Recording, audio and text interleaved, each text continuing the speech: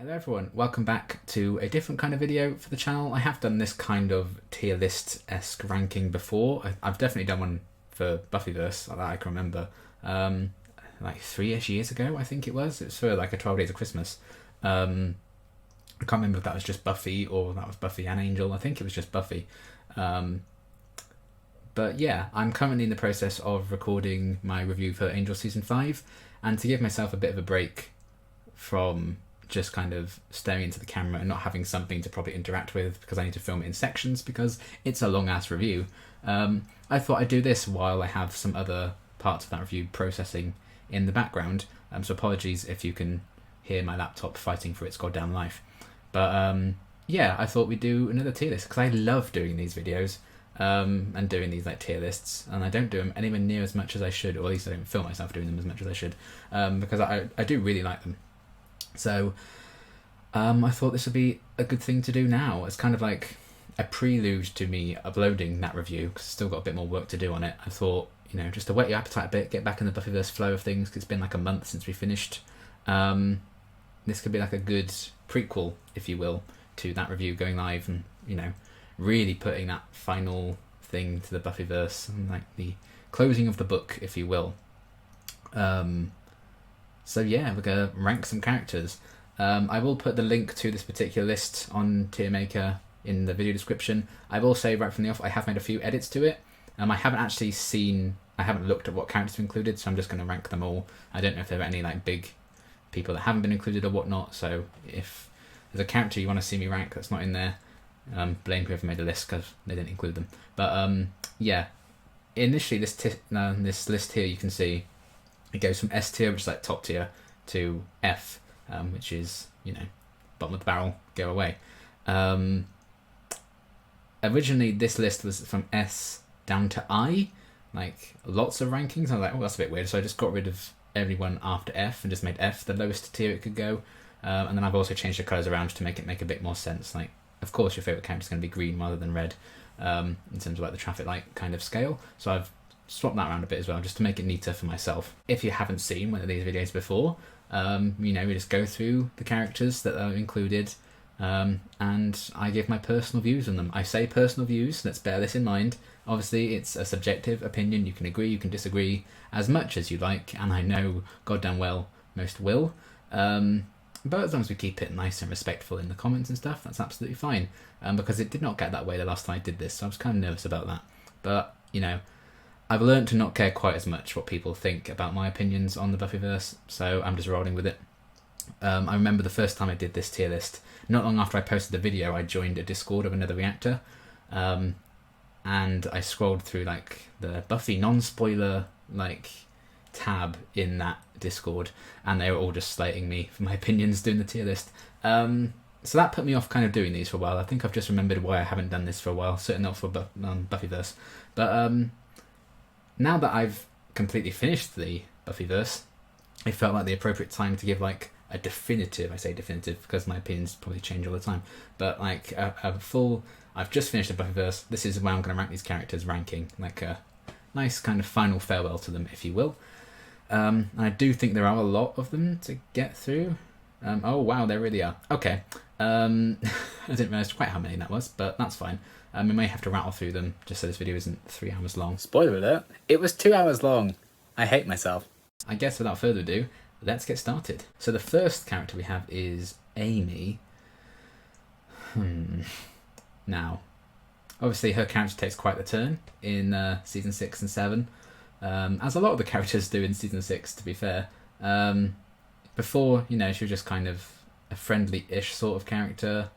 You know, I liked her introduction episode in season 1 with her mum and everything, but then she just turns sour and bitter, and I think that makes her an interesting character, but obviously for personal rankings and stuff, I want to take into account, you know, she didn't do great things, but more so, we all know where Willow's going in this list, so it's kind of a massive hypocrite if I'm just like, oh, she abused magic, and but at the end of the day, the show just gave Willow more time and fleshed her out and gave her motivations a bit more than Amy.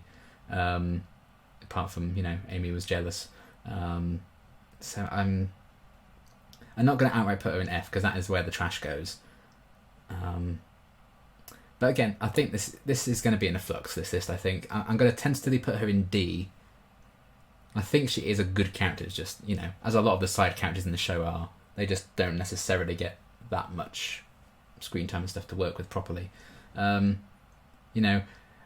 a character's at her best when she's a rat, I think that kind of says a lot, I would say. I do think her best moment is the 2 seconds where she's transformed back into a human before transforming into a rat again. That's kind of like her top tier moment. But the character's good, actress is great. But yeah, I just went sour with her because she's a sneaky one. So we'll tentatively leave her with that. There's room for her to maybe go down to E, but I feel like that may be a bit too harsh. Anyway, Angel. Oh, my boy. You're going probably to A, I would say. Which I definitely wouldn't have said if I was going by the first couple of seasons of Buffy. Him getting his own show was so huge for his character, I think, and they did such incredible stuff with him. The range of emotions they kind of ended up being able to display with him when he's kind of separated from the Buffy group and Buffy and their relationship and stuff. He really kind of flourished and became an amazing character in his own right. So I think definitely put him in A. David was a great kind of lead for the show. All the sacrifices and the fights that Angel had to put himself through again and again and again, fighting the good fight, were kind of incredible by the end of it. So yeah, no doubt in my mind is that Angel would be up there. Then we have Buffy herself. I mean, no doubt in my mind, right up to the S tier. I love Buffy. She's so fucking badass. The strength of everything she's also had to endure. I loved her character growth. Right from her season 5 arc. My favourite part of season 5, I think, as a whole, I've said this multiple times, is Buffy's arc in that season.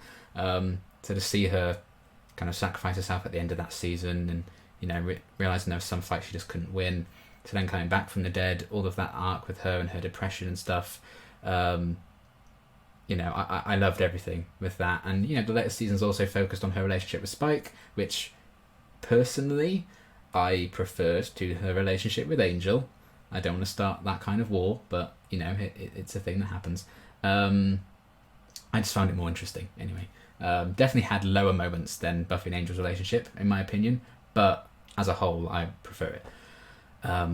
But all of that kind of leaning into it as well, just her character growth and kind of working through all of that, and then becoming the leader that gets chucked out of her own house in season 7. That may or may not affect her rankings if there are some potentials in this bloody list. But yeah, I just think she, how far she comes from this young girl and years of her just being weighed down by the responsibility of something she didn't even ask to be as the Slayer, and how she kind of powers through that. And she gets some really funny moments to shine as well, like Living Conditions, but she'll also break your heart, like The Body, I Will Remember You, and Angel, stuff like that. What a character. I'm not sure there's a character more deserving in TV history of having the show named after them. Buffy the Vampire Slayer, it is so completely deserved for it to be called that. I think there's so many shows where, more often than not, the main character is like easily the least interesting, but Buffy absolutely, as Buffy as a show does in general, absolutely smashes those expectations out the window. And I think she's easily one of the best. I mean, Sarah Michelle Gellar, what a performance from start to finish. She's phenomenal. I definitely think that also elevates it. I can't imagine anyone else playing Buffy, and I wouldn't want to. If that reboot, the revival thing they talk about all the time, ever happens, personally, at this point, I don't know if that's going to happen. I would want it to be a brand new Slayer. I wouldn't want it to be Buffy, because no one can do what Sarah did with that part, I think. So Buffy, bloody fantastic. And also, while we're here, just to get the obvious one out of the way, let's put Willow right at the top there, S tier as well. My favourite character in Buffy, my favourite character in the entire Buffyverse. I love her. It's not a surprise to anyone. I said it from the very first episode that Willow was probably my favourite. That stayed true for 144 episodes of Buffy and 110 episodes of Angel. seeing her humble beginnings, this very shy girl, in love with her best friend, who is a man, and then, kind of discovering her sexuality a bit more through that. Her relationship with Oz is still very, very special and important to me. I loved that era. Her relationship with Tara is also incredible and very heartbreaking by the end of it. They really kind of test your love for her in season 6. For some people who made yourselves very, very aware during season 6, they test your love for her beyond repair. And, fair enough. She does some very bad shit. But yeah, I ended up loving where that arc went with Dark Willow. I think it's one of my favourite kind of mini condensed arcs of the show. Just seeing her become this fully fledged witch and then struggling with that kind of power and losing control again in season 7, building up to what was it, like White Willow, I guess, by the end of the show, awakening all those Slayers. Who could have predicted that Willow would end up doing that when you first start the show? And, her relationships with Buffy and Xander, and obviously Oz and Tara are the main key ones as well. I think she has some really great rapport with a lot of the characters. She's incredibly, funny and sweet, but also terrifying at times, depending on where the plot goes. And, again, Buffy as a show is just so brave to let the main characters make so many mistakes, and fall so far. Season 6 is obviously a big part of that with Willow's character. And, the thing with her and Xander in season 3, which I also massively disapproved of and was greatly disappointed by, which people I think tend to forget when it came to season 6, that I have been disappointed with Willow before, and I haven't just, unashamedly loved her. But still, I do love her very, very much, as you can see. I'm not going to order all the S tiers and I think Willow's better, I prefer Willow to Buffy, so I'm going to put her right at the front of this bar. I'm just going to leave them in the order that I put them in there. But, she would be right at the start of this list, the very, very top of Willow. What a character. We know I love her, so I really need to stop talking about each character so much, because this is going to take 25 gazillion years otherwise. But that's that. Cordelia. I mean, it's definitely going to be one of the green ones, isn't it? We know this. This is tough. No, it's not. S. I don't know why I'm being so I don't want too many characters in S tier, but Buffyverse has so many amazing characters, it's going to be chock-a-block. Yeah, she deserves that top spot. Some of, if not the best character growth, I think, in the Buffyverse. Infamous, my relationship with Cordelia at the start of Buffy. The only reason I think we'd ever really maybe put her in A instead is season 4 of Angel. But even then, that's not Cordelia, is it? They're not really necessarily ruining her as a character, because it's like Jasmine and all of that nonsense. So Cordelia wasn't really part of that. So I'm not going to let that affect my ranking of Cordelia. Especially because I think Cordelia as Jasmine's actually a different character in this list. So you don't need to kind of merge all that into one. And I think they've probably done that on purpose. But, yeah, her growth. I wished her dead from the pilot episode of Buffy. And then it got to around middle of season 2. The big turnaround for me was her getting with Xander. I loved Xander and Cordelia together, honestly. Is this an unpopular opinion? I think I prefer Xander and Cordelia to Xander and Anya. Which I might just be, hung, drawn and quartered in the Buffy fandom for saying that. But I finished the show now, I guess it doesn't matter. But, yeah, I love those two together, and it allowed her to show off more layers to her and the depth to her, the secret intelligence that she kind of holds back, which is very intelligent in itself. She actually does have this love and care for people, but she's also just unashamedly who she is. And while she always kind of keeps that huge love of herself, she learns to care about even the most random stranger, as we saw the end of season 1 of Angel and stuff, and her going over to Angel again, massive for her character. The arc she goes through on there and the growth she goes through on there. I love her relationship with Angel so much. I loved her friendships with all the other people on Team Angel. Her and Doyle as well. Ugh, what could have been. But yeah, I grew to absolutely adore her. And, I think in terms of drastic change from, in terms of a character with me, changing my mind on them, I think Cordelia's probably the biggest. Like, I would have happily watched her die in Buffy season 1, to when I'm there sobbing at her eventual death in Angel season 5. You know, that's growth, baby. And, you know, charisma, fantastic right from the start. Once you kind of learn, this is just who Cordelia is, these are like, oh, what's she like? You know, then you can kind of appreciate her earlier appearances more, I think, when you go back and watch them. Some people just like her from the off, which is fair enough, but, you know, when one of the first things she does is be mean to Willow, I'm like, no, I hate you. But it's just that slow burn of her character where you just realise that is who she is. She's not doing it out of vindictiveness, she's just doing it out of honesty. And honesty can be very blunt, and Cordelia was certainly that.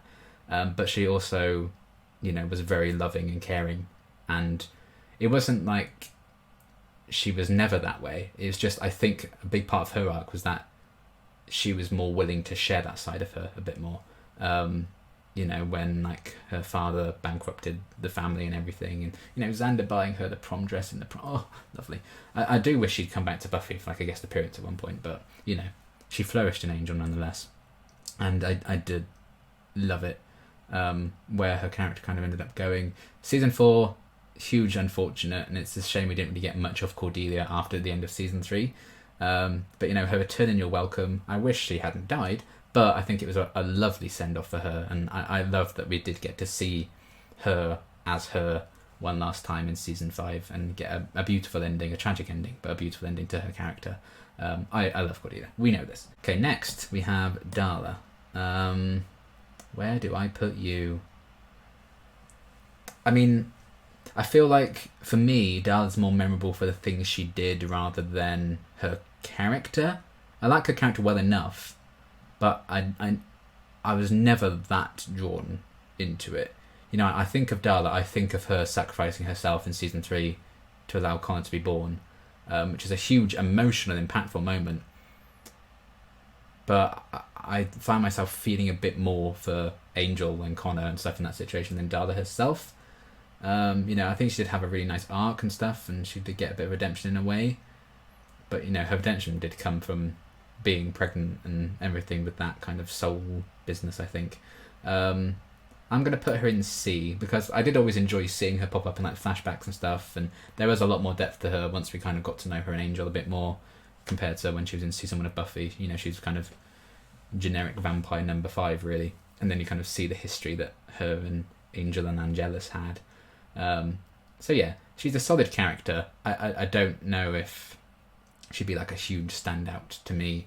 When I look in like the grand scheme of things, there's also what I need to consider when ranking. Like, this is so many characters. I can't just, you know, put everyone right at the top. So yeah, I'm fairly happy with, you know, that's slap bang in the middle. You know, just your average character.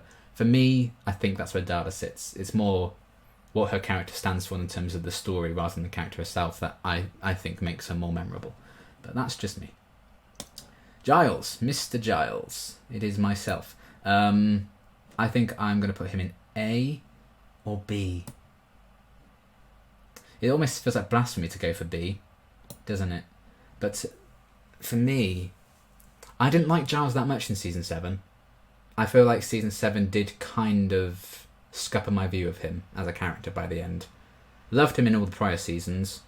Obviously, when he comes back in season 6, it's like the best entrance of every character ever, and he's great. I love his relationship with Buffy so much. It's easily one of the most interesting dynamics I think we ever got. You know, certainly the best Slayer-Watcher dynamic. Not that there are that many of those, but yeah, and he's an OG. I feel like he's probably worthy of the A title, isn't he? I feel like I prefer Giles to Angel, so I think it makes sense that Giles would at least have to be an A as well. I think that's fair, but I will say I think season 7 wasn't the best for his character. I just feel like some story choices and stuff with him I wasn't as keen on in the prior compared to like the prior seasons. But nonetheless, he's a great character. You know, I mean, you know, British, so his sense of humour and his sarcasm stuff is always going to kill me. You know, what's his line to Wesley in the prom? It's like something about a blueberry scone or something, I think. Like, absolutely killed me at the time. Drunk Giles, bloody hell. You know, his that little midlife crisis in season 4 was a cool way of giving him something to do after the high school years. He does have some really powerful moments. Always good to hear him sing as well. That's probably worth the A ranking alone.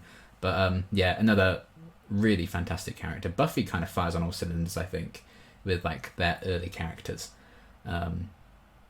So yeah, I'm content with that. I am happy with that, very much so. Giles, fantastic character. Harmony, oh my goodness. I think Harmony, I mean, we don't get that much of her, I think, in the grand scheme of things. She is, I think, a very one-note character compared to, the Buffyverse as a whole. But because they use her sparingly, I think it still works in the grand scheme of things. I'm going to put her in B, I think. I don't think there's that much depth to her, really. Certainly not prior to her becoming a vampire. But when she does become a vampire and, she gets some funny moments, her moment in Out of My Mind with the no smoking sign, one of the funniest moments in the Buffyverse for me. I think about that all the time. And then obviously she had a couple of really nice appearances on Angel, and then she kind of came into it properly in season 5, like she was around a lot. Had an episode to herself, which I thought was really strong. But then, that reminder at the end of all things, that Harmony's still Harmony at the end of the day. So they kind of left her on a bit of a sour note in terms of how her character ended up, but it was very true to her character. I don't think there's much beyond the surface to Harmony as a character, but that is also how she was written to be. It's kind of the joke, I guess, a lot of the time with her. But she did have some nice, like, sweet little one-on-one moments. But, I think it would have been very easy to overuse a character like Harmony, and I think they got it just about right. I was nervous when she appeared in Angel, and it was like, you're going to be like his assistant, you're going to be around like all the time. Like, oh no, I'm not sure about that. But, there's probably some moments where she could have been incorporated better into the storyline of that season, but I'm also glad that they didn't do that, like, all the time. I'm glad we just had, like, the one Harmony-centric episode, and that's kind of it. She's a fun character. I think she's one of the funniest characters in the Buffyverse. She has some wonderful moments throughout. I'm glad they kind of eventually just gave up on her being with Spike, even though there's still a bit of that in Angel Season 5, a bit of flirtation every now and again. But, I think she's better away from that, obviously. So, yeah, I think, a solid character overall, but could have very easily become annoying, I think, if they'd used her more than they did. So I think, definitely on the borderline. I could see her in C, but I think she's more interesting to me personally, more fun for me to watch than Darla, I would say. Which, again, feels like awful thing to say. Jenny Calendar! Oh. I would never not look at Jenny now and think of Domi and how much he loves her. I loved her as well. I think in my initial ranking, I think I put her like quite near the top. She ranked high. Now, she was only in the first 2 seasons. Well, she was like the first in season 3 as well. But I think we never saw her again after that. Hugely influential on early Giles, I think. I loved her and Giles together. Her death was so sad. A huge turning point in season 2. I did really enjoy what she brought to it. Her first appearance is I, Robot You, Jane, which is the best episode of Buffy.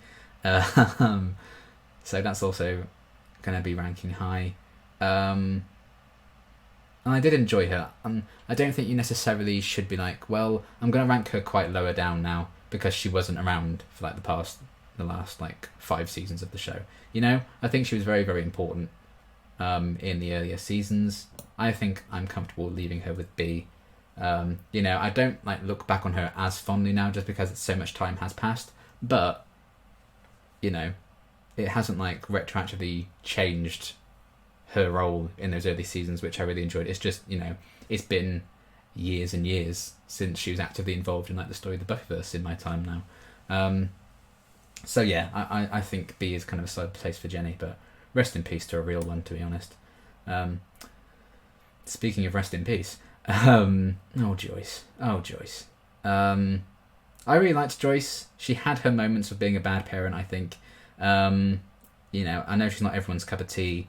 I watched some reactors who really, really, really don't like Joyce, which I never quite got to the point of myself. I always thought she was trying her best, and she didn't exactly have, the best situation presented to her, and,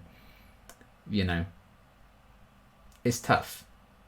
Buffy didn't ask to be the Slayer. Joyce didn't ask to have a daughter who was the Slayer and couldn't be told all these things, so I understand her frustrations, but when she did find out, she didn't necessarily handle it in the best way. you know, the end of season 2, she's like, don't you, if you walk out that door, don't you come back, you know. That was probably her lowest moment for me. But again, it's one of those things, almost like with Jenny, almost like with Darla. It feels like now, at this point, the most important thing Joyce did was die, which sounds horrible. And, you know, she didn't get that many, like, centric episodes and stuff. She was just kind of there in the background, so not much development for her, really, until season 5 with her whole illness and then her sudden death and everything. So she does provide, I think, one of the best episodes of television in the world. But as, like, just a character, like, does she have that many complexities and stuff? Maybe, but we didn't see them, I would say. But she is a character that I ended up really, really rooting for. And, you know, she really loved her daughters. I love it when she realises that Dawn's not her daughter, but she's like, we need to take care of her anyway. You know, we still need to look after her. It's such a lovely moment. So yeah, definitely at least, you know, average character, I would say. But again, much like with Darla, who's also in that same tier, I feel like we remember her more for what happened to her and what she did rather than just as a character. Because you know, with a list like these with so many characters and so many like wonderful, wonderful characters that I love so much, like Buffy, Willow, and Cordelia, you know, I don't think I could rank Joyce that closely to them, you know.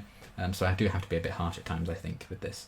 But yeah, I still really enjoy Joyce as a character. Right, Principal Snyder. Again, very one note, granted. I remember him getting eaten by a giant snake, but he did have some very funny lines.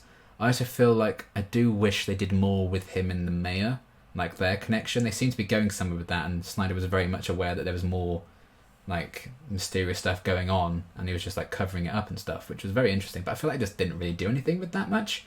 So I think C is the best that Snyder would do in the end.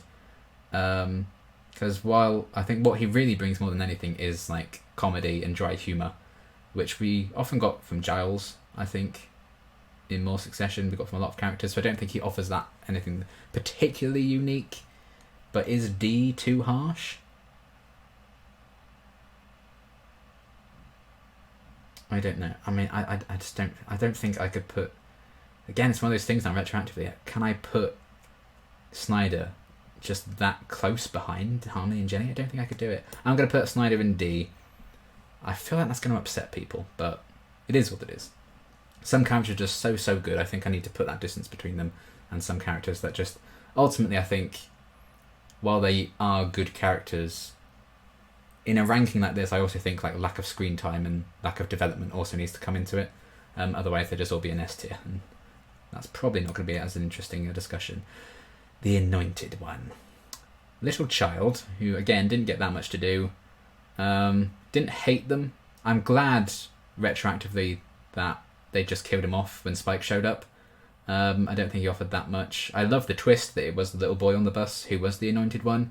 But again, did they really do much after that? No. I think the boy was like growing up too quickly, so they just had to get rid of him because obviously he's like a vampire-y kind of thing, I think. Who even knows? But yeah, it was so long ago, I can't really remember. But yeah, basically out of the way very early in season 2. I'm just going to put you in E. You know, I don't think you're like, I hate that character. How awful and annoying. You know, it's definitely not that kind of deal. But yeah, just kind of there. In terms of like villains we had on the show. Oh god, what am I doing? Oh no, what have I done? Oh shit. Don't panic then. Okay, you fixed it. But yeah, I think in terms of like villains on the show, Anointed One's going to be pretty far down, isn't he? So sorry about it, child. I mean, how old are you now? How old is this child now? He's 35 now. He's 10 years older than me. So there you go. Fun fact. Okay, next we have the Master, our first big bad of the show. Did you know Big Bad actually originated from Buffy? You uncultured swine. I remember those comments. Yeah. Apologies, I didn't know where Big Bad came from, having not watched the show where it had come from. Permission to be salty in this video. Permission granted. So yes, the Master. Very flamboyant. Again, I think as a villain, and certainly in terms of like the big bads we end up getting, I think the Master is very one note again. I think he's more interesting when we see him pop up in different scenarios, like The Wish, like in flashbacks in Angel, seeing that kind of origin. But I don't think he's anything special, particularly villain or character-wise, so I'm going to put him in D. Good to see him. It's always fun to see him pop up. But again, you know, it's exciting because I'm like, oh, it's a character from season 1 of Buffy popping up, or it's a character we haven't seen in a couple of years. That's exciting, rather than like, I'm so glad that this character's back in this story, because I could have easily just been done with him after season 1 of Buffy.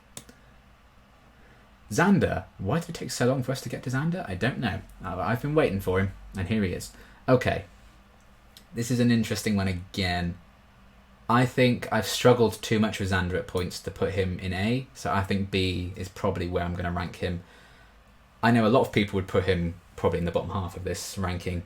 I am admittedly a Xander defender.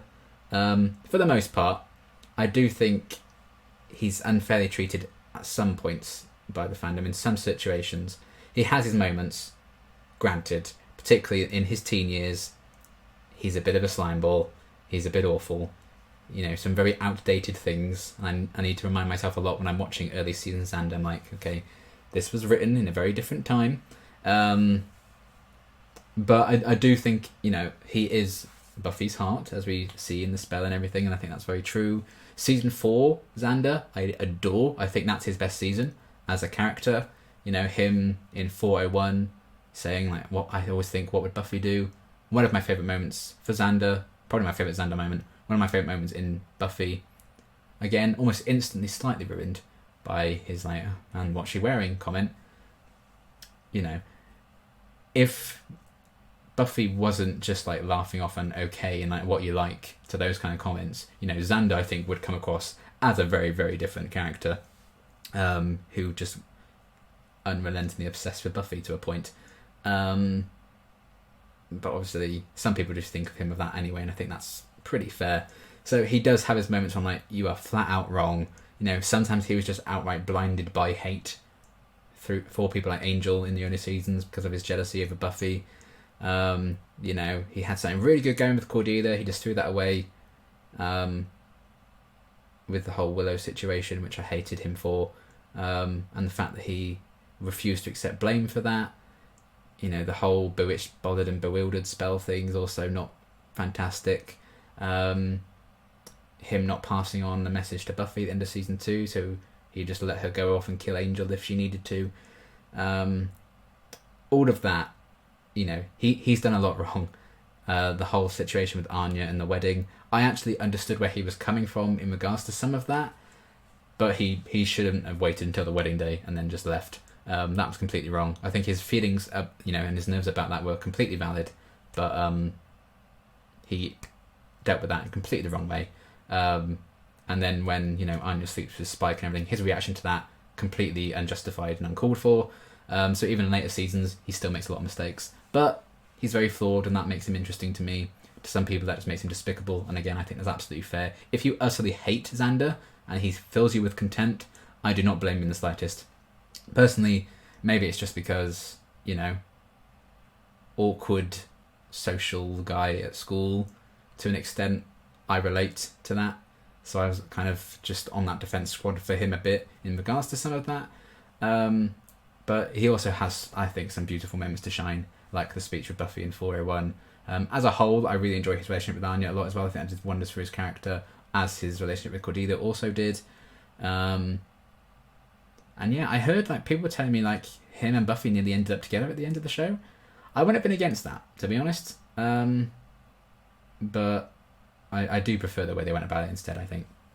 But yeah, Xander does have his ups and downs. That's why I don't think I could ever put him in like top tier, because sometimes he just refused to grow up and learn from his mistakes. He just, yeah.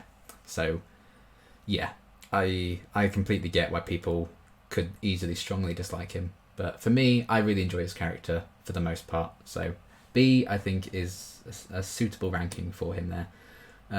Angelus, okay, ranking them as different people. Interesting. The debate continues. Is Spike going to be two different characters in this list? We'll have to wait and see. But yeah, I mean, I really love Angelus showing up. I think I'm going to put Angelus in A as well. Maybe even S. Is that too much to put him in S? Would I put any villain in S rank? I don't know if I would. You know what? I'm doing it. Why not? It's my list. S rank, I think Angelus, to this day, is my favourite big bad in Buffy. He's my favourite villain, I think, in the Buffyverse. David has so much fun with that part, you can tell. This feels so mean, doesn't it, putting Angelus above Angel? I think, if I'm honest, I prefer Angel as a character to Angelus as a character, because Angelus, I'm evil, one note. But I have more fun when Angelus is on screen, I think. And it's still David's character, So I'm not disrespecting David with that. But yeah, I think I will admit a lot of it comes from I'm not sure I've ever enjoyed reacting to Buffy more than the second half of season 2. The community that we built at that point and the comments and support on those reactions, it never got better than that. That was the peak of me being like, I love reacting to Buffy. I love talking to the community that I've built up. I love reading the comments and interacting with people in the comments about Buffy. That was the moment that it really, really peaked. And I just adored it. So I think that's also a bit biased there, really, because that was that portion of the Angelus arc in the back half of season 2 was when people were, I felt really, really, just like, wow, this is something really special. Like, I'm so, so glad I started watching this show. And it was a great escape, I think, as well, from the pressures of university at the time, because uni was kind of starting to wind down a bit. So yeah, I think a lot of it is just timing of how I felt my headspace when we had the biggest chunk of Angelus in the show. I think that will also affect some of these characters, to be honest, as a whole. But definitely, for sure, I look on Angelus very, very fondly. And I liked them bringing him back, properly in Angel Season 4. It was almost inevitable that they had to at some point. I know we got that one episode in Season 1 where he was kind of back, but to have him fully fledged back was a lot of fun. I liked him bouncing off of Faith as well, sometimes quite literally, when he punched her hard in, that kind of arc. I think it was easily the highlight of the Series 4 story arc for Angel, having Angelus in it, and finally it's been saved. Angelus and Faith are here after the whole messy business with what they were doing with Cordelia at the time, or Jasmine. So that was definitely the peak for me. And, Willow also showed up to get him back as Angel. So that was good. So yeah, I think he's my favourite villain in the Buffyverse, probably. Unless a future entry that I've forgotten about proves me wrong. Yeah, that's definitely very nostalgia-based, I think. But I really, really loved whenever Angelus was on screen. I thought he was a very interesting character. More so present-day Angelus, I must say. I don't think, ironically, Angelus in the flashbacks, for the most part, had quite the same bite to him. See what I did there? Maybe it was just the accent and the hair. But yeah, I love Angelus as a villain. So much fun. And a reminder of a very, very special time for me reacting to Buffy. Anne Steele. She was in Lie to Me at first, wasn't she? Then she was in Anne. Then she was in Blood Money, for sure, with Angel. Then I think she was in another one after that. Maybe. And then she was definitely in the final episode of Angel. I like we have a background character who kind of had an arc of her own. She was kind of obsessed with this vampire cult and living forever and everything. Things worked out the way they did with that. She was like, oh, bitch, maybe this life isn't for me. And then she had her and her boyfriend in LA. He died. She got kidnapped, I think. Was that LA in Anne? It might have been. And then, her choosing to kind of embody and take on the name that Buffy had given herself. And kind of really make it mean something. And then what she goes on to do, helping all those kids out and stuff and doing all that charity work. It was great to kind of see oh wow, she really made it. This one made it. And I loved what she kind of said to Gunn as well in the final episode of Angel. So it was a cool character to kind of just see pop in every now and again. Lovely little arc. That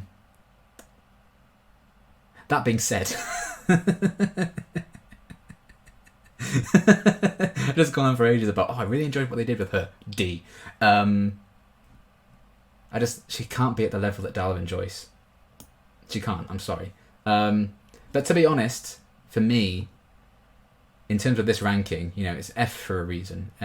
I purposely made F the colour grey, if that's a colour. It's not a colour, it's a shade, Liam. Because this is where the characters I despise and want to be removed from the show's history go. This is where they go to burn forever. You know, it's not like I particularly really love E and above, but I like them. So I like all the characters apart from the ones in F, really. So yeah. And it's only one away from like being just middle of the road. So yeah. It's just for her lack of presence and screen time and stuff. But she had a really lovely background arc, so there we go. I think I can see who's next. I think that's Drusilla. It is indeed. I love Drusilla. I think straight to A for you. Loved her in Buffy. Loved her in Angel. You know, a really captivating performance by Juliet Landau. And yeah, just how she carries herself and her physicality is unlike any other character, I think, in the whole Buffyverse. She's definitely one of the more interesting vampire characters that we get as an individual. You know, her return in Angel when she shows up at the end of the trial, iconic. What an entrance again. You know, it's kind of the A tier thus far. The A ranking is thus far like kings and queen of iconic entrances. We have Drusilla coming in to like turn Darla back into a vampire. We have Giles, and I'd like to test that theory. We have Angel falling naked from the heavens. The shot of his butt as he returns from the dead. Maybe that one's not quite as iconic for me, but you know, I wanted to make a joke. So yeah, I love Drusilla. Really interesting character. You know, again, her ties to like Angelus' backstory and what happened to her relationship with Spike, and kind of seeing that in the past, seeing it in the present day. Her kind of trying to tempt Spike back in season 5 was great. And I loved her like teaming up with Darla in Angel. And just seeing her be her mad crazy self. It's actually a very sad story, really, isn't it, how Drusilla ended up the way she was. But yeah, I loved whenever she appeared. I'm really surprised we didn't get more of her, actually, in the grand scheme of things. But maybe it's just like availability of the actress and stuff. But I love Drusilla. Really fascinating character. Next, Ethan Rayne. Disappeared after season 4, didn't he? So he had a couple of appearances, but he does get huge brownie points from me from his first appearance being Halloween in season 2, which is one of my favourite episodes of Buffy, I think. Certainly the one that really blew me away. For the first one to really like, wow, this show's great. I love that episode so much. That being said, no. You know, I do like his past with Giles. Again, I like the character because he has like this history with Giles and stuff, but do I like the characterization of him? You know, he's kind of slimy and stuff. You know, he's a lot of fun in Band Candy, and that's probably his finest hour. Yeah.